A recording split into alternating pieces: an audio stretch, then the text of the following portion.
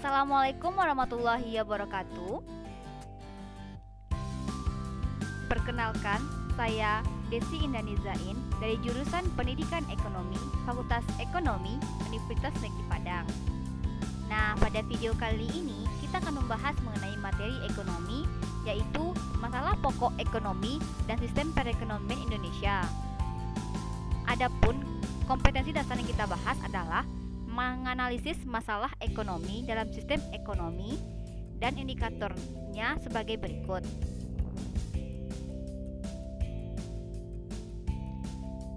Sebelum memasuki materi pembelajaran, silahkan Anda simak video berikut ini.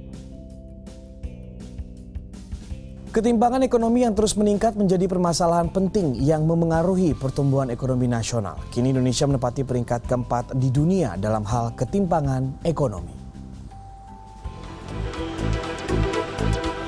Ketimpangan ekonomi adalah salah satu dari 4 masalah ekonomi nasional yang dikemukakan 100 ekonom yang berdiskusi dengan Presiden Joko Widodo pada Sarasehan yang diselenggarakan Desember 2016 lalu. Hasil dari pertemuan itu dirangkum dalam buku berjudul Menuju Ketangguhan Ekonomi, Sumbang Saran 100 Ekonom Indonesia yang diluncurkan di Main Hall Bursa Efek Indonesia, Jakarta.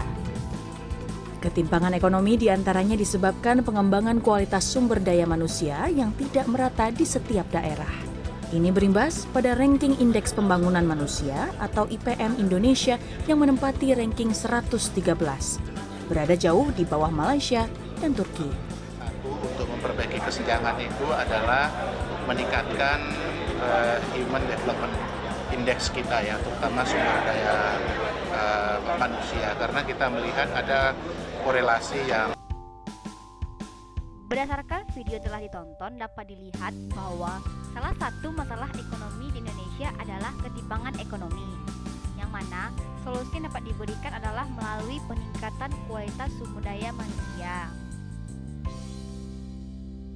Nah, kita akan membahas pertama, yaitu mengenai pengertian masalah ekonomi, di mana kita akan membahas mengenai apa itu masalah, apa itu ekonomi, sehingga dapat diambil kesimpulan apa itu masalah ekonomi.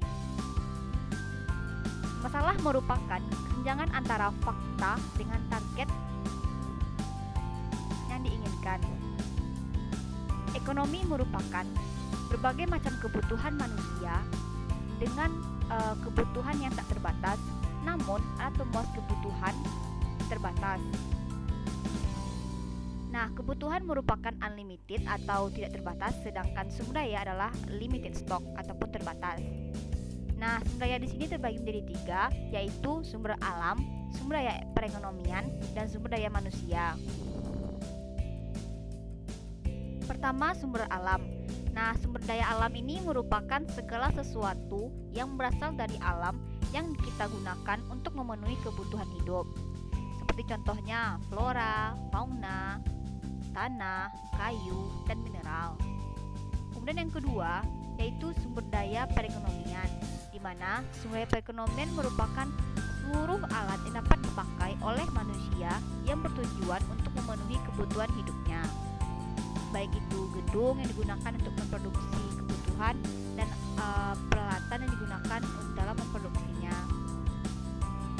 Yang ketiga yaitu sumber daya manusia, di mana sumber daya manusia ini merupakan segala sesuatu yang ada pada diri manusia, baik itu berupa fisik maupun non-fisik yang dapat menunjang kehidupannya.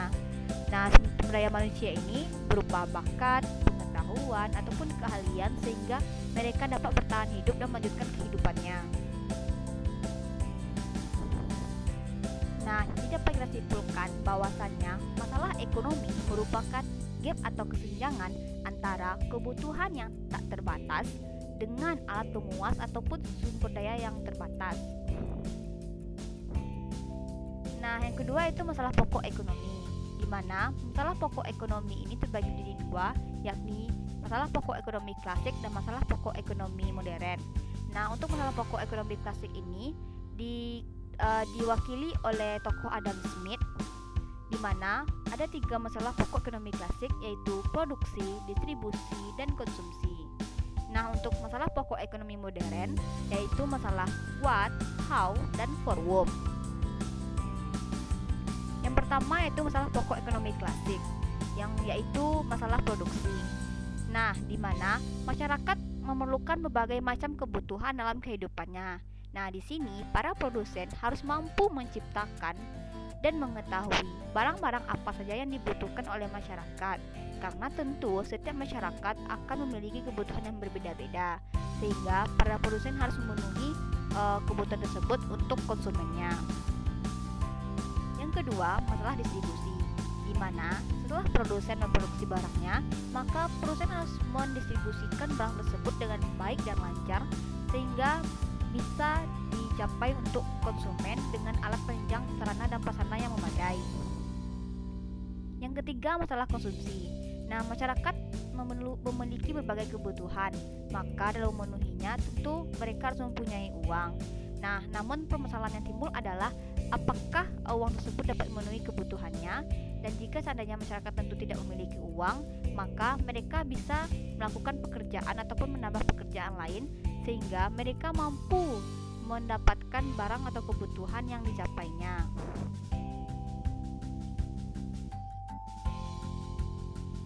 Masalah pokok ekonomi modern. Yang pertama yaitu what. What di sini maksudnya adalah produsen harus menentukan barang apa sih yang akan dia produksi dan seberapa banyak sih jumlah yang akan diproduksinya, sehingga mampu memenuhi permintaan terhadap permintaan dari konsumen. Yang kedua, how. Nah, di sini adalah produsen menentukan bagaimana cara memproduksi barang yang telah dipilihnya dengan menggunakan sumber daya secara efisien dan efektif, serta teknik dan berapa banyak karyawan dan mesin yang akan digunakan dalam memproduksi barang-barang tersebut.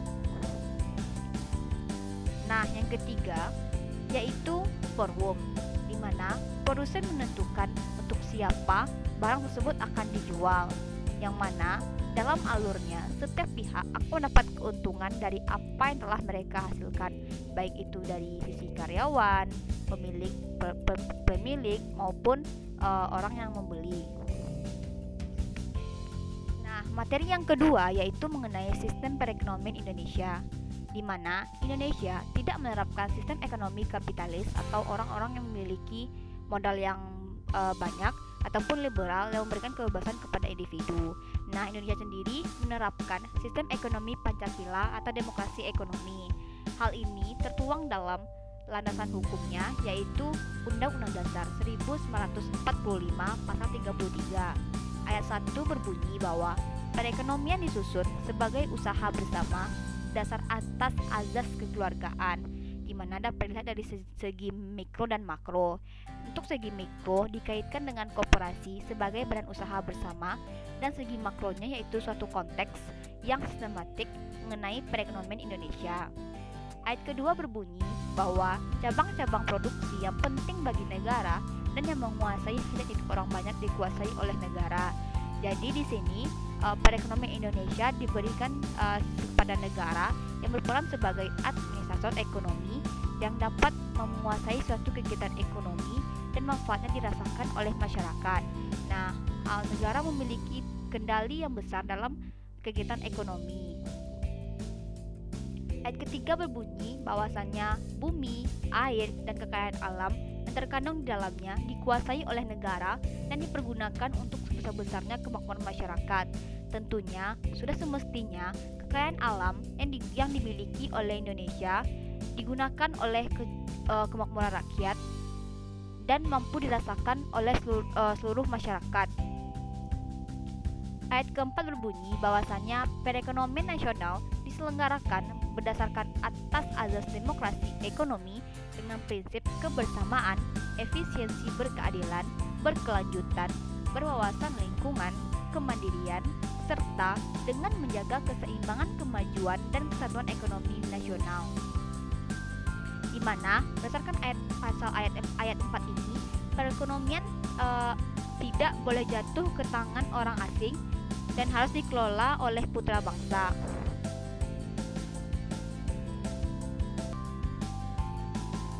Dan ketentuan lebih lanjutnya diatur dalam undang-undang. Selanjutnya, karakteristik perekonomian Indonesia, di mana yang pertama yaitu Kekeluargaan menjadi azas mendasar dalam demokrasi ekonomi di Indonesia. Yang kedua, peran negara sangat penting dalam mengolah sumber daya ekonomi bagi masyarakat. Yang ketiga, kemakmuran masyarakat menjadi prioritas utama dalam pengelolaan sumber daya ekonomi yang terdapat di tanah Indonesia. Yang keempat, melarang adanya penguasaan sumber daya alam di tangan perorangan atau pihak-pihak tertentu. Hal ini untuk menghindari terjadinya monopoli, oligopoli, maupun praktik kartel dalam bidang pengelolaan sumber daya alam yang dianggap bertentangan dengan pasal 33 Undang-Undang Dasar 1945. Yang kelima, perekonomian Indonesia ditopang oleh 3 pelaku utama, yaitu koperasi, BUMN atau BUMD, dan badan usaha milik swasta yang akan mewujudkan demokrasi ekonomi yang bercirikan mekanisme pasar, intervensi pemerintah, serta pengakuan terhadap hak milik perseorangan. Yang keenam, kebersamaan, efisiensi berkeadilan, berkelanjutan, berwawasan lingkungan, kemandirian, serta menjaga keseimbangan kemajuan dan kesatuan ekonomi nasional menjadi prinsip dasar yang harus diperhatikan oleh setiap pelaku ekonomi di Indonesia. Nah, berdasarkan Undang-Undang 1945 Pasal 33, ada beberapa nilai dasar yang menjadi identitas perekonomian Indonesia. Yang pertama yaitu kerjasama. Nah, Indonesia di samping harus bersaing dengan negara lain dalam perekonomian regional maupun perekonomian global, harus bekerja sama dengan berbagai pihak dalam bidang perdagangan, teknologi, investasi maupun produksi. Nah, kerjasama di sini lebih penting dibanding persaingan dengan melakukan kegiatan ekonomi di Indonesia, di mana persaingan yang mencirikas ekonomi kapitalis atau liberalis akan sangat bertentangan dengan pasal 33. Nah, selanjutnya yang kedua yaitu kekeluargaan, di mana kekeluargaan menjadi nilai dasar pertama yang wajib diwujudkan oleh setiap pelaku ekonomi Indonesia, di mana hal tersebut dipesankan dalam ayat 1 pasal 33. Nah, kekeluargaan menggambarkan semangat kebersamaan dalam mengelola sumber daya ekonomi yang terdapat di Indonesia untuk digunakan sebesar-besarnya bagi kemakmuran bersama. Yang ketiga yaitu selanjutnya gotong royong, di mana gotong royong menjadi identitas penting dalam kehidupan masyarakat Indonesia, termasuk dalam melakukan kegiatan ekonomi, sehingga manfaat dari bumi, air, dan kekayaan alam dapat dirasakan oleh seluruh rakyat Indonesia tanpa terkecuali. Nah, yang terakhir yaitu keadilan, di mana adanya persaingan dapat menimbulkan rasa ketidakadilan. Nah, di sini keadilan menjadi hal yang penting dalam setiap kegiatan ekonomi, sehingga setiap pelaku ekonomi dapat memperoleh bagian sesuai dengan prestasi kerjanya atau sesuai dengan kontribusinya dalam kegiatan ekonomi. Sebaliknya, ketimpangan ekonomi akan menjadi hal yang sangat bertentangan dengan semangat pasal 33, sehingga peran negara perlu menerapkan keadilan ekonomi bagi seluruh pelaku ekonomi di Indonesia.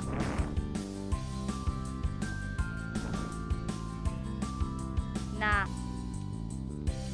untuk penambah pemahaman Ananda terkait dengan materi yang diberikan, maka silahkan Ananda kerjakan tugas yang tertera di buku latihannya masing-masing ya.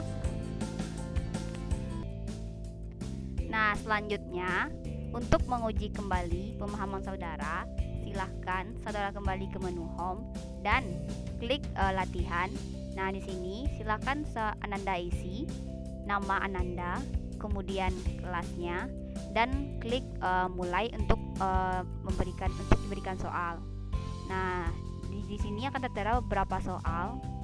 Nah, silahkan Anda jawab soal yang diberikan.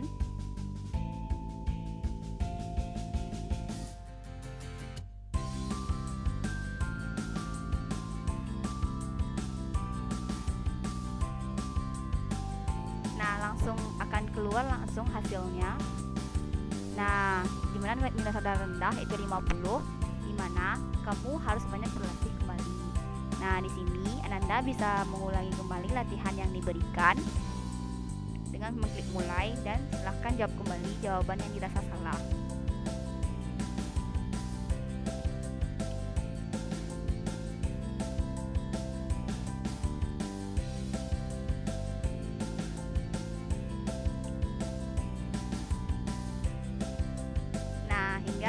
jawaban saudara benar semua. 100. Kerja bagus. Yeay.